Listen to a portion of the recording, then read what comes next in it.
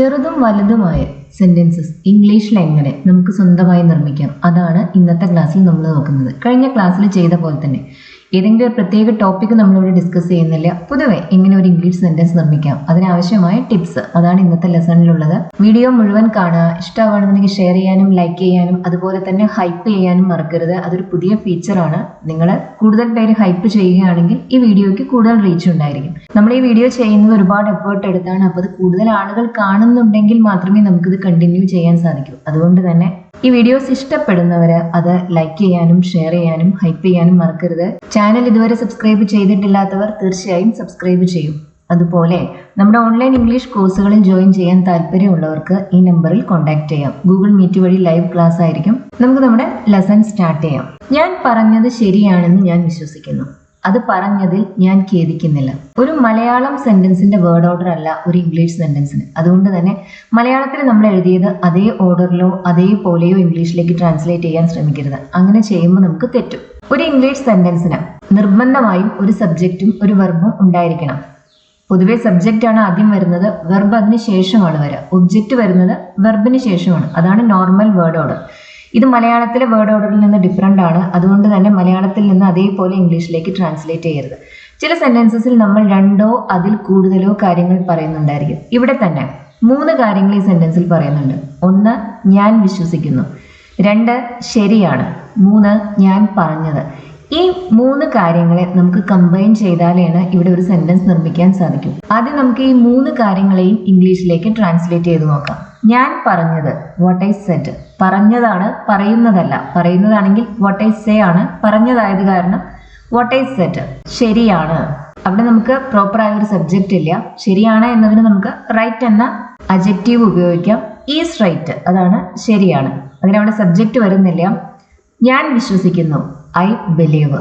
ഞാൻ വിശ്വസിക്കുന്നു എന്നത് മലയാളത്തിൽ എഴുതിയപ്പോൾ അവസാനമാണ് വന്നത്. നമ്മൾ ആക്ച്വലി ഇതിനെ ഇംഗ്ലീഷിലേക്ക് ട്രാൻസ്ലേറ്റ് ചെയ്യുന്ന സമയത്ത് അത് ഉപയോഗിച്ചാണ് ഈ സെന്റൻസ് തുടങ്ങുന്നത്. ഐ ബിലീവ്, ഞാൻ എന്താ വിശ്വസിക്കുന്നത്? ഞാൻ പറഞ്ഞത് ശരിയാണെന്ന്. I believe that what I said is right. 3 clauses നമുക്കിവിടെ ഉണ്ട്. ഐ ബിലീവ്, അതാണ് main clause. What I said, ഞാൻ പറഞ്ഞത്, അതൊരു സബോർഡിനേറ്റ് ക്ലോസ് ആണ്. ദാറ്റ് ഈസ് റൈറ്റ്, അത് ശരിയാണ്. ഇവിടെ 2 വേർബ്സ്, ബിലീവ്, ഈസ് പ്രസന്റ് ടെൻസിലാണ്, സെഡ് പാസ്റ്റ് ടെൻസിലാണ്. കാരണം നമ്മൾ പറയുന്നത് പറഞ്ഞൊരു കാര്യത്തിനെ കുറിച്ചാണ്. അത് ശരിയാണെന്ന് ഇപ്പോൾ വിശ്വസിക്കുന്നു. അതുകൊണ്ട് തന്നെ മെയിൻ ക്ലോസ് അതിവിടെ ഐ ബിലീവ് ആണ്. അതിൽ ഉപയോഗിച്ചിട്ടുള്ള വെർബ് സിമ്പിൾ പ്രസന്റ് ടെൻസ് ആണ്. മെയിൻ ക്ലോസിൽ പ്രസന്റ് ടെൻസോ ഫ്യൂച്ചർ ടെൻസോ വരുന്ന സമയത്ത് നമുക്ക് സബോർഡിനേറ്റ് ക്ലോസസിൽ ആവശ്യമുള്ള ടെൻസ് ഉപയോഗിക്കാൻ സാധിക്കും. ഇവിടെ ദാറ്റ് ഈസ് റൈറ്റ് എന്ന സബോർഡിനേറ്റ് ക്ലോസിൽ നമ്മൾ ഉപയോഗിച്ചത് സിമ്പിൾ പ്രസന്റ് ടെൻസ് തന്നെയാണ്. ഈസ് എന്ന വെർബ് നമ്മൾ ഉപയോഗിച്ചിട്ടുള്ളത്. വാട്ട് ഐ സെഡ് എന്ന സബോർഡിനേറ്റ് ക്ലോസിൽ നമ്മൾ ഉപയോഗിച്ചത് ഒരു പാസ്റ്റ് ടെൻസ് ആണ്. മെയിൻ ക്ലോസിൽ പാസ്റ്റ് ടെൻസ് വരുന്ന സമയത്ത് പക്ഷേ നമുക്ക് സബോർഡിനേറ്റ് ക്ലോസസിലെല്ലാം തന്നെ പാസ്റ്റ് ടെൻസസ് ഉപയോഗിക്കേണ്ടി വരും. ഇത് നമ്മൾ സെന്റൻസ് നിർമ്മിക്കുന്ന സമയത്ത് ശ്രദ്ധിക്കേണ്ട കാര്യങ്ങളിൽ ഏറ്റവും പ്രധാനപ്പെട്ട കാര്യങ്ങളിൽ ഒന്നാണ്. മെയിൻ ക്ലോസ് പ്രസന്റ് ടെൻസിലോ ഫ്യൂച്ചർ ടെൻസിലോ ആവുന്ന സമയത്ത് നമുക്ക് മറ്റു ക്ലോസസിൽ ആവശ്യമുള്ള മീനിങ്ങിനനുസരിച്ച് നമുക്ക് ആവശ്യമുള്ള ടെൻസസ് ഉപയോഗിക്കാൻ സാധിക്കും. പക്ഷേ മെയിൻ ക്ലോസ് പാസ്റ്റ് ടെൻസിലാവുന്ന സമയത്ത് നമുക്ക് സബോർഡിനേറ്റ് ക്ലോസസിലെല്ലാം പാസ്റ്റ് ടെൻസസ് തന്നെ ഉപയോഗിക്കേണ്ടി വരും. മെയിൻ ക്ലോസ് ഏതാണ് എന്ന് അറിയാനൊരു എളുപ്പ വഴിയുണ്ട്. അതിൽ കൺജങ്ഷനോ റിലേറ്റീവ് പ്രൊനൗണോ ഒന്നും ഉണ്ടാവില്ല. ഇവിടെ ഐ ബിലീവ് എന്ന ക്ലോസിനകത്ത് ഐ എന്ന സബ്ജക്റ്റും ബിലീവ് എന്ന വെർബും മാത്രമേ ഉള്ളൂ. ഞാൻ വിശ്വസിക്കുന്നു, അതിന്റെ മീനിങ് കംപ്ലീറ്റും ആണ്. വാട്ട് ഐ സെഡ് എന്ന ക്ലോസ് വാട്ട് എന്ന ക്വസ്റ്റ്യൻ വേർഡ് ഉപയോഗിച്ചാണ് സ്റ്റാർട്ട് ചെയ്യുന്നത്. സബോർഡിനേറ്റ് ക്ലോസസ് പൊതുവെ ഒരു കൺജങ്ഷൻ, ഒരു റിലേറ്റീവ് പ്രൊനൗൺ അല്ലെങ്കിൽ ഒരു ക്വസ്റ്റ്യൻ വേർഡ് ഉപയോഗിച്ചാണ് സ്റ്റാർട്ട് ചെയ്യുന്നുണ്ടായിരിക്കുക. മെയിൻ ക്ലോസിൽ ഈ വാക്കുകളൊന്നും തന്നെ കാണില്ല. അങ്ങനെയാണ് നമുക്ക് ഒരു സെന്റൻസിനകത്ത് മെയിൻ ക്ലോസ് അഥവാ ഇൻഡിപെൻഡന്റ് ക്ലോസ് ഏതാണ് എന്ന് ഐഡന്റിഫൈ ചെയ്യാൻ സാധിക്കുന്നത്. ആ ക്ലോസിൽ ഉപയോഗിച്ചിട്ടുള്ള ടെൻസിനനുസരിച്ചിരിക്കും ആ സെന്റൻസിനകത്ത് വരുന്ന മറ്റു ക്ലോസസിലെ ടെൻസസ്. അത് പറഞ്ഞതിൽ ഞാൻ ഖേദിക്കുന്നില്ല. ഖേദിക്കുന്നില്ല എന്ന് പറയുമ്പോൾ ഞാനത് റിഗ്രറ്റ് ചെയ്യുന്നില്ല എന്നർത്ഥം. ഇവിടെയും 2 കാര്യങ്ങൾ പറയുന്നുണ്ട്. 1, അത് പറഞ്ഞു. 2, ഞാൻ ഖേദിക്കുന്നില്ല. ഞാൻ ഖേദിക്കുന്നില്ല, അതിന്റെ അർത്ഥം കംപ്ലീറ്റ് ആണ്. അപ്പൊ അതാണ് നമ്മുടെ മെയിൻ ക്ലോസ്. അത് ഉപയോഗിച്ചാണ് നമ്മൾ ആ സെന്റൻസ് സ്റ്റാർട്ട് ചെയ്യുന്നത്. ഐ ഡോണ്ട് റിഗ്രറ്റ്, അത് പറഞ്ഞതിൽ. റിഗ്രറ്റിന് ശേഷം, റിഗ്രറ്റ് എന്ന വെർബിന് ശേഷം നമുക്ക് ടു ഇൻഫിനിറ്റീവും ഉപയോഗിക്കാം, ING ഫോമും ഉപയോഗിക്കാം. ING ഫോം നമ്മൾ യൂസ് ചെയ്യുന്നത് കഴിഞ്ഞുപോയ കാര്യങ്ങളെ കുറിച്ച് പറയുന്നതിന് വേണ്ടിയാണ്. ടു ഇൻഫിനിറ്റീവ് നമ്മൾ പൊതുവെ അത്ര പ്ലസന്റ് അല്ലാത്ത ന്യൂസ് അനൗൺസ് ചെയ്യുന്നതിന് വേണ്ടിയാണ് ഉപയോഗിക്കുന്നത്. ഇവിടെ നമുക്ക് ഇങ്ങനെ പറയാം, I don't regret saying that. അത് പറഞ്ഞതിൽ ഞാൻ ഖേദിക്കുന്നില്ല. I don't regret to say അല്ല, I don't regret saying that. റിഗ്രറ്റിന് ശേഷം ING ഫോം വരുന്നത് പാസ്റ്റിനെ കുറിച്ച് പറയുന്നതിന് വേണ്ടിയാണ്. നിന്റെ കയ്യിൽ നിന്നും ഒരു പണവും കടം വാങ്ങിച്ചതായി ഞാൻ ഓർക്കുന്നില്ല. ഇവിടെ നമ്മൾ 2-3 കാര്യങ്ങൾ പറയുന്നുണ്ട്. ഒന്ന്, ഞാൻ ഓർക്കുന്നില്ല, ഐ ഡോണ്ട് റിമെമ്പർ, അതാണ് മെയിൻ ക്ലോസ്. അതിൽ റിലേറ്റീവ് പ്രൊനൗണോ കൺജങ്ഷനോ ഒന്നും വരുന്നില്ല. നിന്റെ കയ്യിൽ നിന്നും പണം കടം വാങ്ങിച്ചതായി. നേരത്തെ എക്സാമ്പിൾ റിഗ്രറ്റിന് ശേഷം ING ഫോമും ടു ഇൻഫിനിറ്റീവ് ഉപയോഗിക്കാമെന്ന് നമ്മൾ പറഞ്ഞിരുന്നു. മീനിങ്ങിൽ ഡിഫറൻസ് ഉണ്ട്. റിമെമ്പറിന്റെ കാര്യവും അതുപോലെ തന്നെയാണ്. റിമെമ്പറിന് ശേഷം ING ഫോം വന്നു കഴിയുമ്പോൾ നമ്മൾ പറയുന്നത് പാസ്റ്റിനെ കുറിച്ചാണ്. ടു ഇൻഫിനിറ്റീവ് വരുമ്പോൾ നമ്മൾ സംസാരിക്കുന്നത് ഫ്യൂച്ചറിനെ കുറിച്ചാണ്. ഇവിടെ പണം കടം വാങ്ങിച്ചതായി ഓർക്കുന്നില്ല എന്നാണ് പറയുന്നത്. പാസ്റ്റിലുള്ള ഒരു കാര്യത്തിനെ കുറിച്ചാണ് പറയുന്നത്. അതുകൊണ്ട് തന്നെ നമ്മളിത് എങ്ങനെയാണ് പറയുന്നത്? I don't remember to borrow അല്ല, ബോറോയിങ് എനി മണി, ഒരു പണവും നിന്റെ കയ്യിൽ നിന്നും, from you. I don't remember borrowing any money from you. നിന്റെ കയ്യിൽ നിന്നും ഒരു പണവും കടം വാങ്ങിച്ചതായി ഞാൻ ഓർക്കുന്നില്ല. I don't remember to borrow അല്ല, റിമെമ്പർ ബോറോയിങ്. ING ഫോം നമ്മൾ ഉപയോഗിക്കുന്ന പാസ്റ്റിനെ കുറിച്ച് പറയുന്നതിന് വേണ്ടിയാണ്. റിമെമ്പറിന് ശേഷം നമുക്ക് ഇംഗ്ലീഷിൽ 2 വേർബ്സ് ഒരിക്കലും ഒരുമിച്ച് ഉപയോഗിക്കാൻ സാധിക്കില്ല. അങ്ങനെ വരുന്ന സമയത്ത് രണ്ടാമത് വരുന്ന വെർബ് ഒന്നുകിൽ അതിന്റെ ING ഫോമിലായിരിക്കും, അല്ലെങ്കിൽ അതൊരു ടു ഇൻഫിനിറ്റീവ് ആയിരിക്കും. ഇവിടെ റിമെമ്പർ, ബോറോ ഈ 2 വേർബ്സും നമുക്ക് ഒരുമിച്ച് ഉപയോഗിക്കാൻ പറ്റില്ല. ഇവിടെ അങ്ങനെ വരുന്നത് കൊണ്ട് തന്നെ നമ്മൾ ബോറോ എന്ന വെർബിന്റെ ING ഫോമാണ് ഇവിടെ ഉപയോഗിച്ചിട്ടുള്ളത്. ചില വേർബ്സിന് ശേഷം നമുക്ക് ING ഫോമാണ് ഉപയോഗിക്കേണ്ടി വരിക, ചിലതിന് ശേഷം ടു ഇൻഫിനിറ്റീവ് ആണ് ഉപയോഗിക്കേണ്ടി വരിക, ചില വേർബ്സിന് ശേഷം നമുക്ക് രണ്ടും ഉപയോഗിക്കാം. ചിലപ്പോൾ മീനിങ്ങിൽ ഡിഫറൻസ് കാണും, ചിലപ്പോൾ മീനിങ്ങിൽ ഡിഫറൻസ് ഉണ്ടായിരിക്കില്ല. ഏത് വെർബിന് ശേഷം എന്ത് ഉപയോഗിക്കണം എന്ന് നമുക്ക് തീർച്ചയായും അറിഞ്ഞിരിക്കേണ്ടത് ആവശ്യമാണ്. എങ്കിൽ മാത്രമേ നമുക്ക് കറക്റ്റായി സെന്റൻസസ് നിർമ്മിക്കാൻ സാധിക്കുകയുള്ളൂ. നിന്നെ സഹായിക്കാമെന്ന് ഞാൻ വാക്ക് പറഞ്ഞിരുന്നു. ഞാൻ വാക്ക് പറഞ്ഞിരുന്നു എന്ന് പറയുമ്പോൾ ഐ പ്രോമിസ്ഡ്, അല്ലെ? ഞാൻ വാക്ക് പറഞ്ഞിരുന്നു. നിന്നെ സഹായിക്കാം എന്ന് ഞാൻ വാക്ക് പറഞ്ഞിരുന്നു. I promise to help you. പ്രോമിസിന് ശേഷം ടു ഇൻഫിനിറ്റീവ് ആണ് വരുന്നത്. ഇവിടെ ക്വസ്റ്റ്യൻ ആണ്. അങ്ങനെ ഞാൻ പറഞ്ഞിരുന്നോ എന്നാണ് ചോദ്യം. I promise to help you എന്നത് സിമ്പിൾ പാസ്റ്റ് ടെൻസിലാണ്. അപ്പൊ അതിന്റെ ക്വസ്റ്റ്യൻ ഉണ്ടാക്കാൻ നമ്മൾ ഏത് ഓക്സിലറി വെർബ് ഉപയോഗിക്കും? സിമ്പിൾ പാസ്റ്റ് ടെൻസിൽ ക്വസ്റ്റ്യനോ നെഗറ്റീവോ ഉണ്ടാക്കുന്നതിന് വേണ്ടി നമ്മൾ ഉപയോഗിക്കുന്ന ഓക്സിലറി ഡിഡ് ആണ്. അപ്പൊ നമ്മൾ ഈ ക്വസ്റ്റ്യൻ ഡിഡ് ഉപയോഗിച്ചാണ് സ്റ്റാർട്ട് ചെയ്യുക. Did I promise to help you? നിന്നെ സഹായിക്കാം എന്ന് ഞാൻ വാക്ക് പറഞ്ഞിരുന്നോ, വാഗ്ദാനം നൽകിയിരുന്നോ? Did I promise to help you? നിന്നെ സഹായിക്കാം എന്ന് പറഞ്ഞിരുന്നു. അത് പറഞ്ഞതായി ഞാൻ ഓർക്കുന്നില്ല. നേരത്തെ എക്സാമ്പിൾ പറഞ്ഞ അതുപോലെ തന്നെയാണ് ഇതും പറയേണ്ടത്. ഞാൻ ഓർക്കുന്നില്ല, ഐ ഡോണ്ട് റിമെമ്പർ. എന്താ ഓർക്കാത്തത്? സഹായിക്കാം എന്ന് പറഞ്ഞതായി ഓർക്കുന്നില്ല. അത് മുഴുവൻ ഇവിടെ പറയണ്ട, അത് പറഞ്ഞതായി ഓർക്കുന്നില്ല എന്ന് പറഞ്ഞാൽ മതി. I don't remember saying that. I don't remember to say അല്ല, സെയിങ്. പാസ്റ്റിലുള്ള ഒരു കാര്യത്തിനെ കുറിച്ചാണ് പറയുന്നത്. അതുകൊണ്ട് തന്നെ റിമെമ്പറിന് ശേഷം നമുക്കിവിടെ വേണ്ടത് ING ഫോമാണ്. ഞാൻ പറഞ്ഞത് നീ കേട്ടോ, അതോ ഞാനത് വീണ്ടും പറയണമെന്ന് ഉണ്ടോ നിനക്ക്? ഞാനത് റിപ്പീറ്റ് ചെയ്യണോ? അതാണ് ചോദ്യം. ഞാൻ പറഞ്ഞത് നീ കേട്ടോ. നീ പറഞ്ഞത് ഞാൻ കേട്ടു എന്ന് പറയുമ്പോൾ I heard what you Z. നീ പറഞ്ഞത് വാട്ട് യു സെഡ്. ഞാൻ കേട്ടു, ഐ ഹേർഡ്. ഞാൻ പറഞ്ഞത് നീ കേട്ടോ എന്ന് ചോദിക്കുമ്പോൾ did you hear what I said. Did you hear what I said. ഞാൻ പറഞ്ഞത് നീ കേട്ടോ. നീ കേട്ടോ, did you here.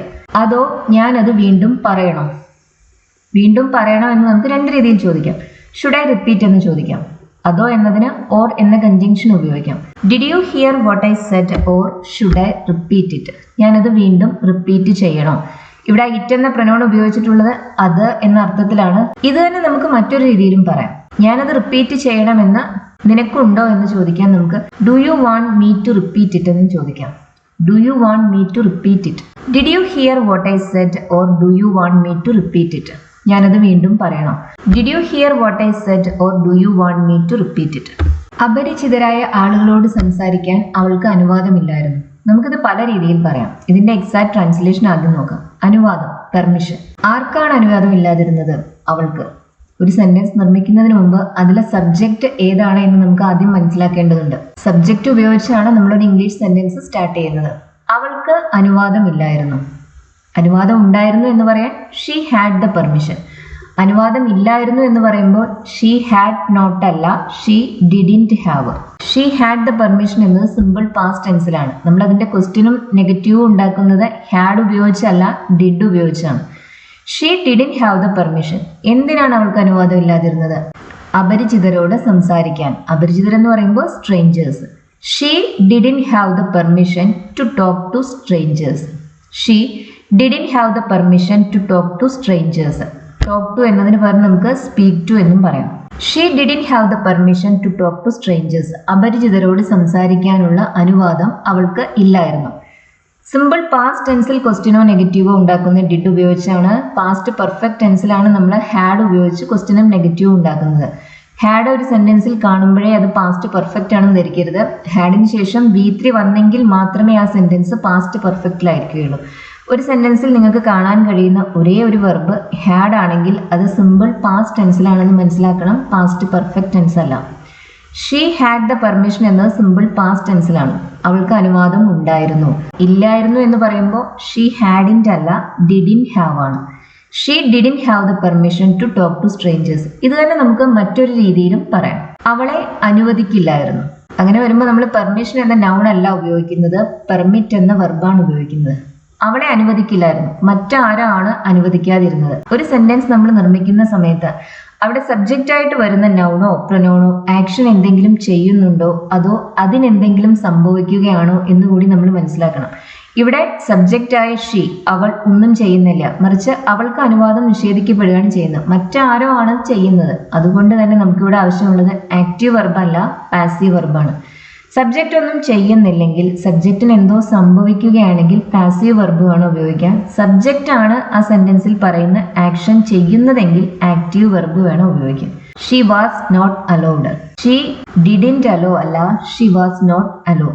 She was not allowed simple past ടെൻസിലുള്ള പാസീവ് ഫോം ആണ് was allowed. She was not allowed to talk to strangers. അപരിചിതരോട് സംസാരിക്കുന്നതിൽ നിന്ന് അവൾ വിലക്കപ്പെട്ടിരുന്നു. അതാണ് ഈ സെന്റൻസിന് അർത്ഥം. She was not allowed to talk to strangers അല്ലെങ്കിൽ സ്പീക്ക് ടു സ്ട്രേഞ്ചേഴ്സ്. ടോക്ക് ആയാലും സ്പീക്ക് ആയാലും ഒരേ മീനിങ് തന്നെയാണ്. രണ്ടിന് ശേഷവും ടു എന്ന പ്രിപ്പോസിഷൻ കൂടിയുണ്ട്.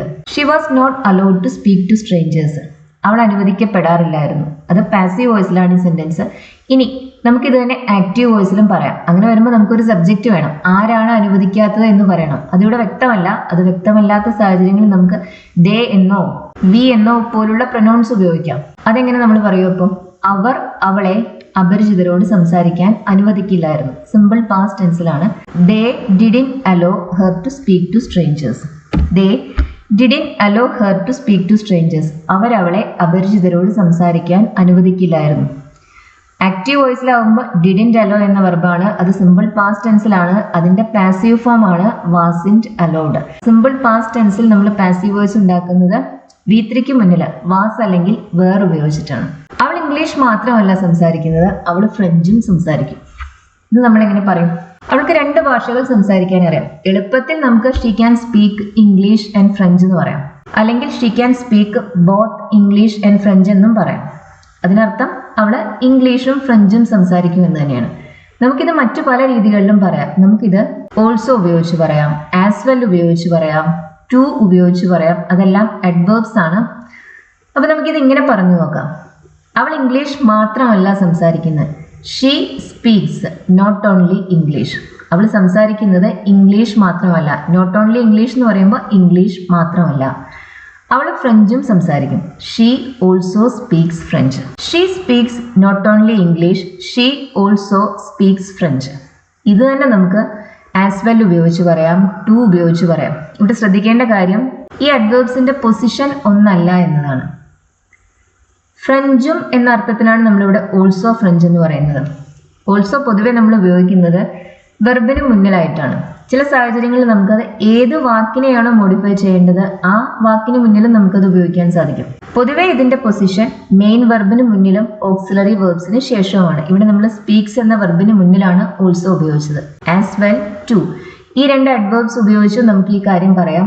ആ 2 അഡ്വേർബ്സും വരുന്നത് സെന്റൻസിന്റെ അവസാനമായിരിക്കും. She speaks not only English, she speaks French as well അല്ലെങ്കിൽ ഫ്രഞ്ച് ടു.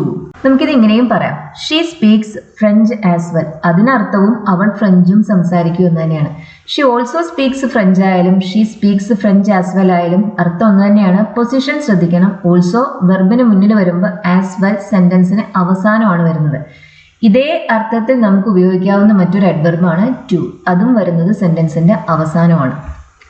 അവൾ ഇംഗ്ലീഷ് മാത്രമല്ല സംസാരിക്കുന്നത്, അവൾ ഫ്രഞ്ചും സംസാരിക്കും. She speaks not only English, she speaks French as well.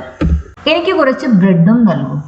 അപ്പൊ നമ്മൾ നേരത്തെ പറഞ്ഞു ഓൾസോ, ആസ് വെൽ, ടു ഈ 3 അഡ്വേർബ്സിനും ഒരേ മീനിങ്ങിൽ നമുക്ക് ഉപയോഗിക്കാൻ സാധിക്കുമെന്ന്. പക്ഷെ ഇത് എല്ലായ്പ്പോഴും ഇന്റർചേഞ്ചബിൾ അല്ല. നമുക്ക് ഓൾസോ ഉപയോഗിക്കാൻ പറ്റാത്ത സാഹചര്യങ്ങളുണ്ട്. ഇംപറേറ്റീവ് സെന്റൻസസിൽ പൊതുവെ നമ്മൾ അതുപോലെ തന്നെ ഷോർട്ട് ആൻസേഴ്സിലൊന്നും ഓൾസോ നോർമലി നമ്മൾ യൂസ് ചെയ്യില്ല. അതിന് പകരം ആസ് വെൽ അല്ലെങ്കിൽ ടു ആണ് ഉപയോഗിക്കുന്നത്. എനിക്ക് കുറച്ച് ബ്രെഡും നൽകും. ഇതൊരു റിക്വസ്റ്റ് ആണ്. റിക്വസ്റ്റ്, ഓർഡർ, കമാൻഡ്, പ്രയർ ഇതെല്ലാം ഇംപറേറ്റീവ് സെന്റൻസസ് ആണ്. ഇംപറേറ്റീവ് സെന്റൻസസിന്റെ സബ്ജക്റ്റ് എല്ലായ്പ്പോഴും യു ആണ്. പക്ഷെ നമ്മൾ അതൊരിക്കലും മെൻഷൻ ചെയ്യില്ല. വെർബ് ഉപയോഗിച്ചാണ് നമ്മൾ ഈ സെന്റൻസസ് സ്റ്റാർട്ട് ചെയ്യുക. ചിലപ്പോൾ നമ്മൾ അതിന് മുന്നിൽ പ്ലീസ് ഉപയോഗിക്കും. അത് നിർബന്ധമില്ല. നമ്മുടെ സംസാരം പൊളൈറ്റ് ആക്കാനായിട്ട് ഉപയോഗിക്കുന്ന ഒരു എക്സ്പ്രഷനാണ് പ്ലീസ്. എനിക്ക് കുറച്ച് ബ്രെഡും നൽകും. ഷോപ്പ് കീപ്പർ ആണ് നൽകേണ്ടത്. ആ ഷോപ്പ് കീപ്പറെ ഒന്നും നമ്മളിവിടെ മെൻഷൻ ചെയ്യുന്നില്ല. നമ്മളിത് വെർബായ ഗീവ് ഉപയോഗിച്ച് തുടങ്ങും. അതിന് മുന്നിൽ പ്ലീസും ഉപയോഗിക്കാം. Please give me some bread as well. Please also give me some bread അല്ല, please give me some bread as well. Please ഞാനിവിടെ എഴുതിയിട്ടില്ല. Give me some bread as well അല്ലെങ്കിൽ please give me some bread as well. ഇവിടെ also ഉപയോഗിച്ചല്ല നമ്മളിത് പൊതുവെ പറയുക. ഇതൊരു ഇംപറേറ്റീവ് സെന്റൻസ് ആണ്. ഇംപറേറ്റീവ്സ് പൊതുവെ നമ്മൾ ഓൾസോ ഉപയോഗിച്ച് പറയാറില്ല. അതിന് പകരം ആസ് വെൽ അല്ലെങ്കിൽ ടു ആണ് ഉപയോഗിക്കാറ്. അവൾക്ക് ഒരു ബൈക്ക് കൂടാതെ ഒരു കാറും ഉണ്ട്. അവൾക്ക് ഒരു ബൈക്കും ഉണ്ട്, ഒരു കാറും ഉണ്ട്. അതാണ് നമുക്ക് പറയേണ്ടത്. വളരെ ഈസിയായി നമുക്കിത് ആൻഡ് ഉപയോഗിച്ച് കണക്ട് ചെയ്യാം. Xi has got A bike and A car. അത്രയും പറഞ്ഞാൽ ഈ സെന്റൻസ് ആയി. അല്ലെങ്കിൽ Xi has got both A bike and A car എന്നും പറയാം. ഇത് തന്നെ നമുക്ക് മറ്റു പല രീതികളിലും പറയാനും സാധിക്കും. നമുക്ക് വേണമെങ്കിൽ ഇത് ആസ് വെൽ ആസ് ഉപയോഗിച്ച് പറയാം, നോട്ട് ഓൺലി ബട്ട് ഓൾസോ ഉപയോഗിച്ച് പറയാം. ഇങ്ങനെ പല രീതിയിൽ സെന്റൻസസ് നിർമ്മിക്കാൻ നമ്മൾ പഠിക്കുമ്പോൾ നമുക്ക് നമ്മുടെ റൈറ്റിംഗ് കുറച്ചുകൂടി ഇൻട്രസ്റ്റിംഗ് ആക്കി മാറ്റാൻ സാധിക്കും. ഇത് നമുക്ക് ആസ് വെൽ ആസ് ഉപയോഗിച്ച് പറഞ്ഞു നോക്കാം. ഒരു ബൈക്ക് കൂടാതെ ഒരു കാറും ഉണ്ട്. ഇങ്ങനെ വരുന്ന സാഹചര്യങ്ങളിൽ ആക്ച്വലി നമ്മൾ കാറാണ് ആദ്യം ഉപയോഗിക്കുന്നത്. കാരണം ബൈക്ക് കൂടാതെ എന്നല്ലേ പറഞ്ഞത്. അപ്പൊ ആ ബൈക്കാണ് ആസ് വെൽ ആസിന് ശേഷം വരാം.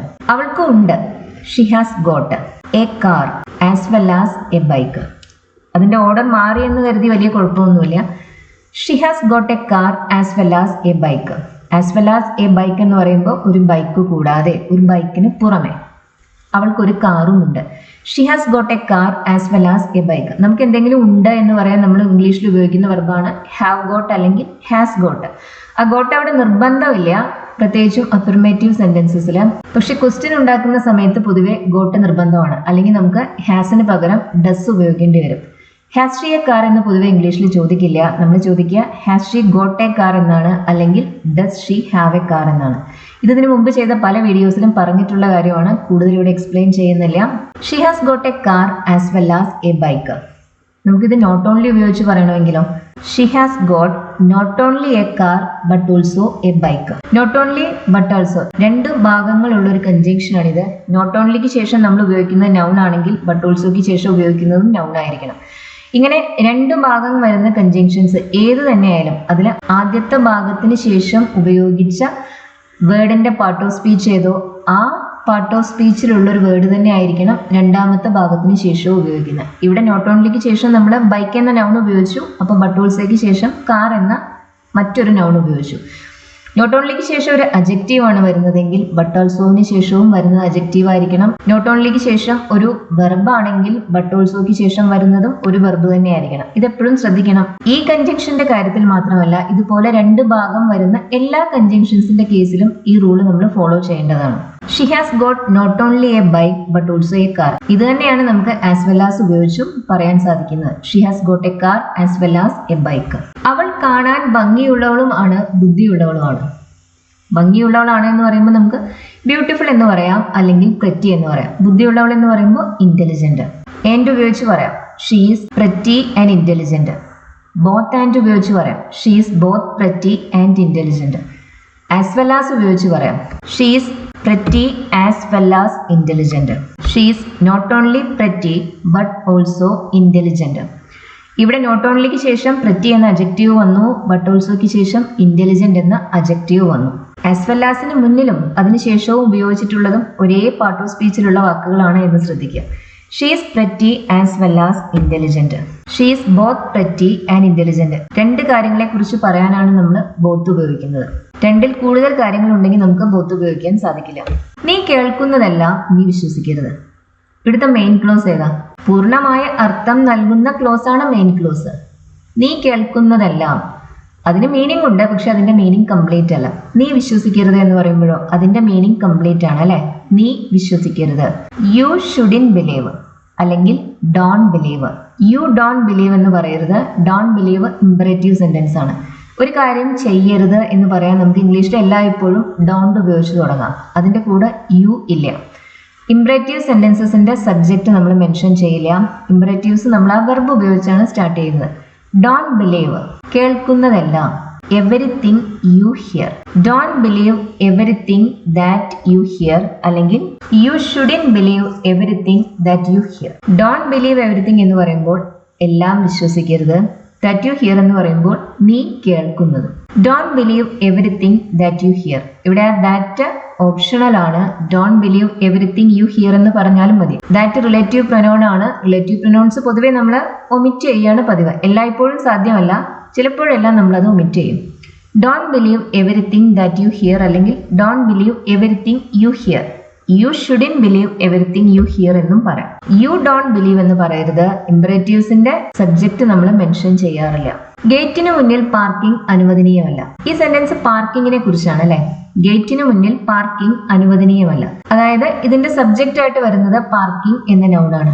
പാർക്കിംഗ് ഇവിടെ ആക്ഷൻ ഒന്നും ചെയ്യുന്നില്ല. പാർക്കിംഗ് അനുവദനീയമല്ല എന്നാണ് പറയുന്നത്. മറ്റാരോ ആണ് അനുവദിക്കാത്തത്. അപ്പൊ അവരാണ് ഇവിടെ ആക്ഷൻ ചെയ്യുന്ന വ്യക്തികൾ. പാർക്കിംഗ് ഉപയോഗിച്ച് നമ്മൾ ഈ സെന്റൻസ് സ്റ്റാർട്ട് ചെയ്യുകയാണെങ്കിൽ നമുക്കിവിടെ ആക്റ്റീവ് വെർബ് ഉപയോഗിക്കാൻ സാധിക്കില്ല. അതിന് പകരം പാസീവ് വെർബ് വേണം ഉപയോഗിക്കാൻ. കാരണം പാർക്കിംഗ് ഒന്നും ചെയ്യുന്നില്ല എന്നുകൊണ്ട് തന്നെ. പാർക്കിംഗ് അനുവദനീയമല്ല. പാർക്കിംഗ് ഈസ് നോട്ട് അലൗഡ് അല്ലെങ്കിൽ പാർക്കിംഗ് ഈസ് നോട്ട് പെർമിറ്റഡ്. എവിടെ? ഗേറ്റിന് മുന്നിൽ. In front of the gate. Passive വോയിസിൽ നമുക്ക് ഇത് ഇങ്ങനെ കിട്ടാം. Parking is not permitted in front of the gate. Is not permitted അല്ലെങ്കിൽ ഈസ് നോട്ട് അലൗഡ് എന്നത് സിമ്പിൾ പ്രസന്റ് ടെൻസിന്റെ പാസീവ് ഫോം ആണ്. ഇത് തന്നെ നമുക്ക് ആക്റ്റീവ് വോയിസിലും പറയാം. അങ്ങനെ വരുമ്പോൾ നമ്മൾ ഗേറ്റിന് മുന്നിൽ പാർക്കിംഗ് അനുവദിക്കുന്നില്ല എന്നർത്ഥം വരാം. അല്ലെങ്കിൽ ആരോ ഗേറ്റിന് മുന്നിൽ പാർക്കിംഗ് അനുവദിക്കുന്നില്ല എന്ന അർത്ഥത്തിൽ വേണം നമുക്കിത് പറയാം. കാരണം ഒരു സെന്റൻസിന് എല്ലായ്പ്പോഴും ഒരു സബ്ജക്റ്റ് വേണം. ഇവിടെ ആരാണ് അനുവദിക്കാത്തതെന്ന് നമുക്ക് വ്യക്തമല്ല. അപ്പൊ അങ്ങനെ വ്യക്തമല്ലാത്ത സാഹചര്യങ്ങളിൽ നമുക്ക് ദേ, വി അതുപോലുള്ള പ്രൊനൗൺസ് എന്തെങ്കിലും ഉപയോഗിക്കാം. അവര് ഗേറ്റിന് മുന്നിൽ പാർക്കിംഗ് അനുവദിക്കുന്നില്ല. They do not allow parking in front of the gate. They അല്ലെങ്കിൽ we do not allow parking in front of the gate. ഇത് ആക്റ്റീവ് വോയിസിലാണ്. ഡു നോട്ട് അലോ ആക്റ്റീവ് വോയിസിലുള്ള വെർബാണ്. സിമ്പിൾ പ്രസന്റ് ടെൻസിലുള്ള നെഗറ്റീവ് വെർബാണിത്. അതിന്റെ പാസീവ് ഫോം ആണ് is not allowed. Simple present ടെൻസിലെ പാസീവ് ഫോംസ് നമ്മൾ ഉണ്ടാക്കുന്നത് V3ക്ക് മുന്നിൽ ഈസ്, ആം, ആർ ഇതിലേതെങ്കിലും ഒരു ഓക്സിലറി ഉപയോഗിച്ചിട്ടാണ്. ഇവിടെ സബ്ജക്റ്റ് ആയ പാർക്കിംഗ് സിംഗുലർ ആണ്. ING ഫോംസ് ഇംഗ്ലീഷിൽ സിംഗുലർ ആയാണ് നമ്മൾ എപ്പോഴും ട്രീറ്റ് ചെയ്യുന്നത്. അതുകൊണ്ടാണ് നമ്മൾ അതിനുശേഷം ഈസ് എന്ന ഓക്സിലറി വെർബ് ഉപയോഗിച്ചത്. ഇന്നലെ കാലാവസ്ഥ എങ്ങനെയായിരുന്നു? ഒരു വ്യക്തി, ഒരു വസ്തു അല്ലെങ്കിൽ കാലാവസ്ഥ പോലുള്ള അങ്ങനെ എന്തെങ്കിലും കാര്യങ്ങൾ എല്ലാം എങ്ങനെയായിരുന്നു എന്ന് ചോദിക്കാൻ നമുക്ക് ഉപയോഗിക്കാവുന്ന എക്സ്പ്രഷനാണ് വാട്ട് ലൈക്ക്. ഹൗ അല്ല നമ്മൾ ഉപയോഗിക്കുന്നത്. ഹൗ പൊതുവെ നമ്മൾ ചോദിക്കുന്നത് എങ്ങനെ ഉണ്ടായിരുന്നു എന്ന് പറയുന്നതിന് വേണ്ടിയാണ്. അത് പലപ്പോഴും ആളുകളുടെ ആരോഗ്യസ്ഥിതിയെക്കുറിച്ചുള്ള ചോദ്യമായിരിക്കും. ഇവിടെ നമുക്ക് ഇന്നലെ കാലാവസ്ഥ എങ്ങനെയായിരുന്നു എന്നാണ് അറിയേണ്ടത്. അതായത് ചൂടായിരുന്നോ, തണുപ്പായിരുന്നോ, മഴയുണ്ടായിരുന്നോ, അതുപോലുള്ള കാര്യങ്ങളെ കുറിച്ചുള്ള ക്വസ്റ്റ്യൻ ആണ്. ഇത് നമ്മൾ ചോദിക്കുന്നത് എങ്ങനെയാണ്? What was the weather like yesterday. What was the weather like yesterday. How was the weather അല്ല. വെദറിന്റെ കൂടെ ദ എന്ന ആർട്ടിക്കിൾ നമ്മൾ ഉപയോഗിക്കുന്നുണ്ട്. ഇനിയിപ്പോൾ നമുക്ക് ഒരാളെ എങ്ങനെയുണ്ട്, അവരെ കാണാൻ അല്ലെങ്കിൽ അവരുടെ പെരുമാറ്റത്തിൽ എങ്ങനെയുണ്ട് എന്ന് ചോദിക്കാനും വാട്ട് ലൈക്ക് ഉപയോഗിക്കാം. ഒരു സ്ഥലത്തിനെ കുറിച്ച് ചോദിക്കാനും നമുക്കിത് ഉപയോഗിക്കാം. ഗോവ എങ്ങനെയുള്ള സ്ഥലമാണ്, നല്ലതാണോ എന്ന് ചോദിക്കണം എന്ന് കരുതാം. നമുക്കത് ഇങ്ങനെ ചോദിക്കാം. What is Goa like. What is Goa like. Goa എങ്ങനെയുള്ള സ്ഥലമാണ്, അവൾ എങ്ങനെയുള്ള ആളാണ്. What is she like. What is his sister like. അവന്റെ സിസ്റ്റർ എങ്ങനെയുള്ള ആളാണ്, കാണാൻ എങ്ങനെയാണ്, അല്ലെങ്കിൽ അവരുടെ പെരുമാറ്റം എങ്ങനെയാണ്, അതെല്ലാമാണ് ഈ ചോദ്യത്തിന് അർത്ഥം. ഹൗ ഈസ് യുവർ സിസ്റ്റർ എന്ന് ചോദിച്ചാൽ നിങ്ങളുടെ സിസ്റ്ററിനെ ഇപ്പോൾ എങ്ങനെയുണ്ട് എന്നാണ്. അത് അവരുടെ പൊതുവായ ജനറൽ ആയ ആരോഗ്യത്തിനെ കുറിച്ചുള്ള ഒരു ക്വസ്റ്റ്യൻ ആണ്. ഈ ചോദ്യം അങ്ങനെയല്ല. ഇത് ഒരാളെ എങ്ങനെയുണ്ട് എന്നാണ് ചോദിക്കുന്നത്. What is she like. What is she like. അവൾ എങ്ങനെയുള്ള ആളാണ്. നിനക്ക് പോവണ്ടേ. ഇതൊരു നെഗറ്റീവ് ക്വസ്റ്റ്യൻ ആണ് അല്ലെ. നിനക്ക് പോവണ്ടേ എന്ന് ചോദിക്കുമ്പോൾ നെഗറ്റീവ് ക്വസ്റ്റ്യൻസ് നമ്മൾ സ്റ്റാർട്ട് ചെയ്യുന്നത് ഡോണ്ട് ഉപയോഗിച്ചാണ്. ഡോണ്ട് ഉപയോഗിച്ചല്ല, ഏത് ഓക്സിലറി വെർബിന്റെ കൂടെയും നോട്ട് ഉപയോഗിച്ച് നമുക്ക് അങ്ങനെ ഒരു നെഗറ്റീവ് ക്വസ്റ്റ്യൻ സ്റ്റാർട്ട് ചെയ്യാം. ഡോണ്ട്, ഡിഡിന്റ്, ഹാവിന്റ് എല്ലാം നെഗറ്റീവ് ക്വസ്റ്റ്യൻസ് സ്റ്റാർട്ട് ചെയ്യുന്നതിന് വേണ്ടി നമുക്ക് ഉപയോഗിക്കാവുന്ന ഓക്സിലറി വെർബ്സ് ആണ്. Don't you want to go, നിനക്ക് പോവണ്ടേ. Don't you want to go. ഇനി നിനക്ക് പോകണോ എന്നാണ് ചോദിക്കേണ്ടതെങ്കിലോ, അങ്ങനെയാണെങ്കിൽ നമ്മൾ ചോദിക്കുക do you want to go എന്നാണ്. Do you want to go. Want എന്ന വെർബിന് ശേഷം നമ്മൾ ഉപയോഗിക്കുന്ന ing ഫോം അല്ല, ടു ഇൻഫിനിറ്റീവ് ആണ്. ആ ടു അവിടെ നിർബന്ധമായും ഉണ്ടായിരിക്കണം. ഡു യു വാണ്ട് ഗോ അല്ല, do you want to go. Don't you want to go, നിനക്ക് പോവണ്ടേ. നിനക്ക് ആരോടാണ് സംസാരിക്കേണ്ടത്? ഇതെങ്ങനെയാണ് നമ്മൾ ചോദിക്കുന്നത്? Who do you want to speak to അല്ലെങ്കിൽ talk to. Who do you want to speak to അല്ലെങ്കിൽ ടോക്ക് ടു. ഇവിടെ ഹൂ ആക്ച്വലി ഹും ആണ്.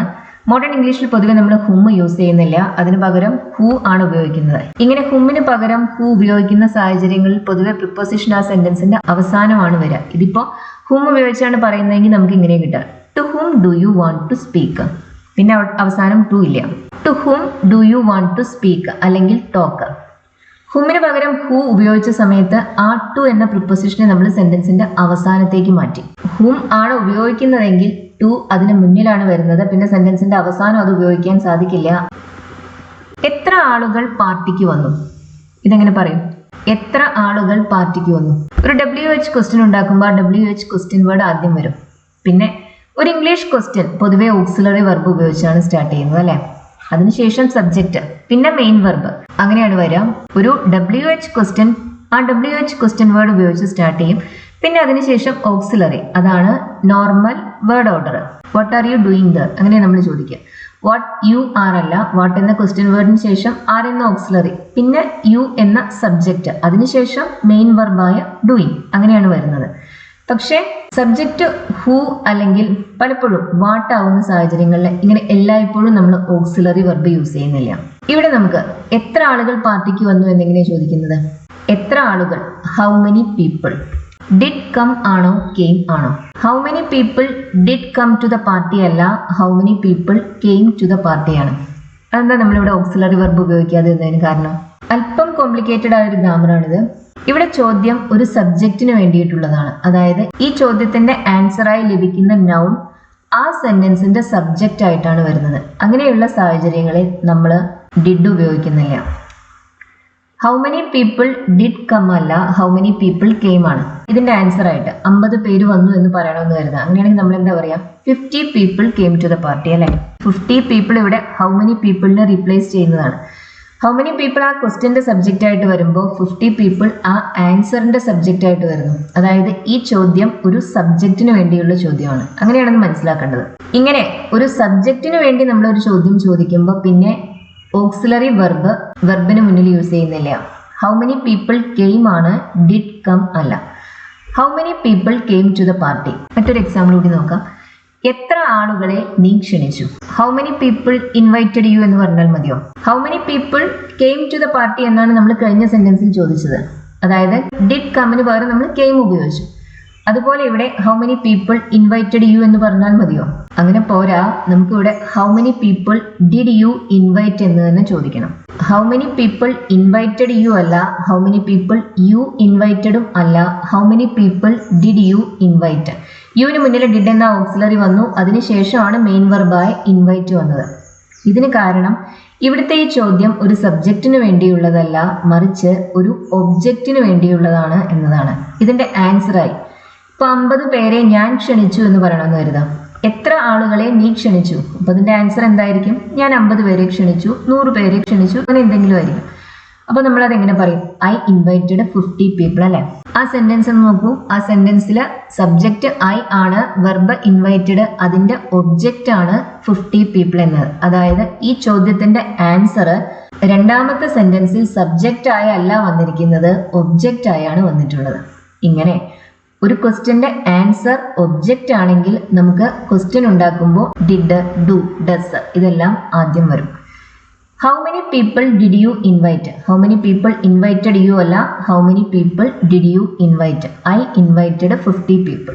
നീ എന്താണ് പറഞ്ഞത്? ഇതെങ്ങനെയാണ് നമ്മൾ ചോദിക്കുന്നത്? വാട്ട് യു സെഡ് ആണോ, വാട്ട് സെഡ് യു ആണോ? രണ്ടും അല്ല, വാട്ട് ഡിഡ് യു സേ ആണ്. ഇവിടെയും നമ്മൾ ഡിഡ് ഉപയോഗിച്ചു. കാരണം ഇതിന് ആൻസറായി നമുക്ക് എന്താ കിട്ടുക? ഞാൻ ഒന്നും പറഞ്ഞില്ല എന്ന് പറയണമെന്ന് കരുതാം. ഐ സെഡ് നത്തിങ് അല്ലെ.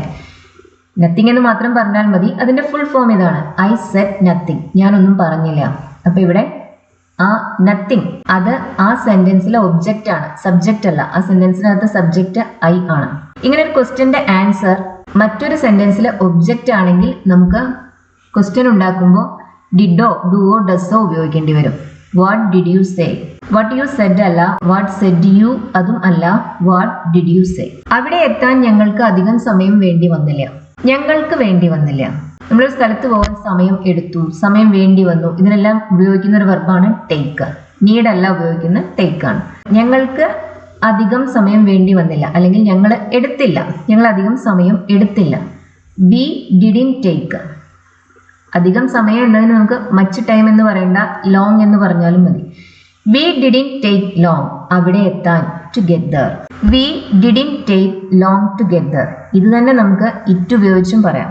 അങ്ങനെ വരുമ്പോൾ ഈ സെന്റൻസ് അല്പം ഡിഫറെൻ്റ് ആയാണ് വരുന്നത്. It didn't take as long to get there. We didn't ടേക്കിന് പകരമാണ് നമ്മൾ ഇറ്റ് ഡിഡിൻ ടേക്ക് അസ് എന്ന് പറയുന്നത്. ടേക്കിന് ശേഷം പിന്നെ അസ് എന്ന ഒബ്ജക്ട് പ്രൊനൗൺ ഉണ്ട്. വി അല്ല ഉപയോഗിക്കുന്നത്. ആ പ്രൊനൗൺ അവിടെ നിർബന്ധമായി ഉണ്ടായിരിക്കണം. It didn't take as long to get there. It didn't take as long to get there. അതേ അർത്ഥം തന്നെയാണ് വി ഡിഡിൻ ടേക്ക് ലോങ് എന്ന് പറഞ്ഞാലും കിട്ടുന്നത്. ഈ രണ്ട് സ്ട്രക്ചറും പഠിച്ചു വെക്കുക. ഇതിൽ പൊതുവെ ഇറ്റ് ഉപയോഗിച്ച് തുടങ്ങുന്ന സ്ട്രക്ചറാണ് ഇംഗ്ലീഷിൽ കോമൺ ആയി യൂസ് ചെയ്യുന്നത്. അവൾ റെഡിയാവാൻ 5 മിനിറ്റ് മാത്രമേ എടുത്തുള്ളൂ. അവൾ എടുത്തുള്ളൂ. She took. 5 മിനിറ്റ് മാത്രം. Only 5 minutes. റെഡിയാവാൻ, to get ready. She took only 5 minutes അല്ലെങ്കിൽ just 5 minutes to get ready. ഇത് നമുക്ക് ഇറ്റ് ഉപയോഗിച്ച് പറയണമെങ്കിലോ? അങ്ങനെയാണെങ്കിൽ നമ്മൾ പറയാ it took her just 5 minutes എന്നാണ്. അല്ലെങ്കിൽ it took her only 5 minutes to get ready. She ടുക്കിന് പകരമാണ് നമ്മൾ ഇറ്റ് ടുക്ക് ഹെർ എന്ന് പറയുന്നത്. ഇങ്ങനെ ഇറ്റ് ഉപയോഗിച്ച് ഈ കാര്യം പറയുമ്പോൾ വെർബിന് ശേഷം ഒരു ഒബ്ജക്ട് പ്രൊനൗൺ, ആരാണോ ആ ആക്ഷൻ ചെയ്യുന്നത് അവരെ സൂചിപ്പിക്കുന്ന ഒരു ഒബ്ജക്ട് പ്രൊനൗൺ അല്ലെങ്കിൽ നൗൺ അതവിടെ ഉണ്ടായിരിക്കണം. It took me just 5 minutes to get ready. അതിനർത്ഥം എനിക്ക് റെഡി ആവാൻ 5 മിനിറ്റ് മാത്രമേ വേണ്ടി വന്നുള്ളൂ എന്നാണ്. പ്രിയയ്ക്കാണെങ്കിൽ it took Priya just 5 minutes to get ready. Pronoun ആണ് യൂസ് ചെയ്യുന്നതെങ്കിൽ അത് അതിൻ്റെ ഒബ്ജക്ട് ഫോമിലായിരിക്കണം. നൗൺ ആണെങ്കിൽ പിന്നെ ഇംഗ്ലീഷിൽ സബ്ജക്റ്റ് ഫോം, ഒബ്ജക്റ്റ് ഫോം അങ്ങനെ 2 ഫോംസ് ഇല്ല. നൗൺസിന് ഒറ്റ ഫോമേ ഉള്ളൂ. അപ്പോൾ പിന്നെ ആ നൗൺ തന്നെ അവിടെ ഉപയോഗിക്കാം. നമുക്ക് പോവാം, ഇനി കാത്തു നിൽക്കുന്നതിൽ ഒരു കാര്യവുമില്ല. നമുക്ക് പോവാം, ഒരു കാര്യം ചെയ്യാമെന്ന് പറയുമ്പോൾ ലെറ്റ്സ് ഗോ. ഇനി കാത്തു നിൽക്കുന്നതിൽ ഒരു കാര്യവുമില്ല. ഇത് നമുക്ക് 3 രീതിയിൽ പറയാം. ഒരു കാര്യം ചെയ്യുന്നത് കൊണ്ട് ഒരു പ്രയോജനവുമില്ല, ഒരു കാര്യവുമില്ല എന്നെല്ലാം പറയാൻ നമുക്ക് ഉപയോഗിക്കാവുന്ന സ്ട്രക്ചേഴ്സ് ആണ് it is no use, there is no point in, അതേപോലെ തന്നെ ഇറ്റ് ഈസ് നോട്ട് വർത്ത്. ഈ 3 എക്സ്പ്രഷൻസിന് ശേഷവും വരുന്നത് ING ഫോം ആണ്. അതെപ്പോഴും ശ്രദ്ധിക്കണം. Let's go, it is no use waiting any longer. ഇതിൽ കൂടുതൽ സമയം, ആ അർത്ഥത്തിലാണ് നമ്മൾ എനി ലോങ്ങർ ഉപയോഗിക്കുന്നത്. It is no use waiting any longer. No യൂസിന് ശേഷം ടു വെയിറ്റ് അല്ല, ING ഫോം ആണ് ഉപയോഗിക്കുന്നത്. ഇത് പോയിന്റ് ഉപയോഗിച്ചാണ് പറയുന്നതെങ്കിൽ പിന്നെ ആ സെന്റൻസ് നമ്മൾ ഇറ്റ് ഉപയോഗിച്ചല്ല ദർ ഉപയോഗിച്ചാണ് തുടങ്ങുന്നത്. There is no point in waiting any longer. പോയിന്റിന് ശേഷം ഇൻ എന്ന പ്രിപ്പോസിഷൻ കൂടി വരുന്നുണ്ട്. ഇത് തന്നെ വർത്ത് ഉപയോഗിച്ചാണ് പറയുന്നതെങ്കിൽ അതിന് മുന്നിൽ നോ അല്ല ഉപയോഗിക്കുന്നത്, നോട്ടാണ്. It is not worth waiting any longer. ഇനി കാത്തു നിൽക്കുന്നതിൽ ഒരു പ്രയോജനവും ഇല്ല. 3 സ്ട്രക്ചറിലും നമ്മൾ ഉപയോഗിച്ചിട്ടുള്ള ING ഫോം ആണെന്ന് ശ്രദ്ധിക്കണം. 3 സെന്റൻസിന്റെയും മീനിങ് ഒന്ന് തന്നെയാണ്. ഈ ലെസൺ നിങ്ങൾക്ക് ഇഷ്ടമായി എന്ന് കരുതുന്നു. ഇഷ്ടമാവുകയാണെന്നുണ്ടെങ്കിൽ ഷെയർ ചെയ്യുക, ലൈക്ക് ചെയ്യുക. അതുപോലെ തന്നെ ഹൈപ്പ് എന്ന ബട്ടണിൽ ഒന്ന് ക്ലിക്ക് ചെയ്യുക. ചാനൽ ഇതുവരെ സബ്സ്ക്രൈബ് ചെയ്തിട്ടില്ലാത്തവർ സബ്സ്ക്രൈബ് ചെയ്ത് കാണുക. Thank you for watching.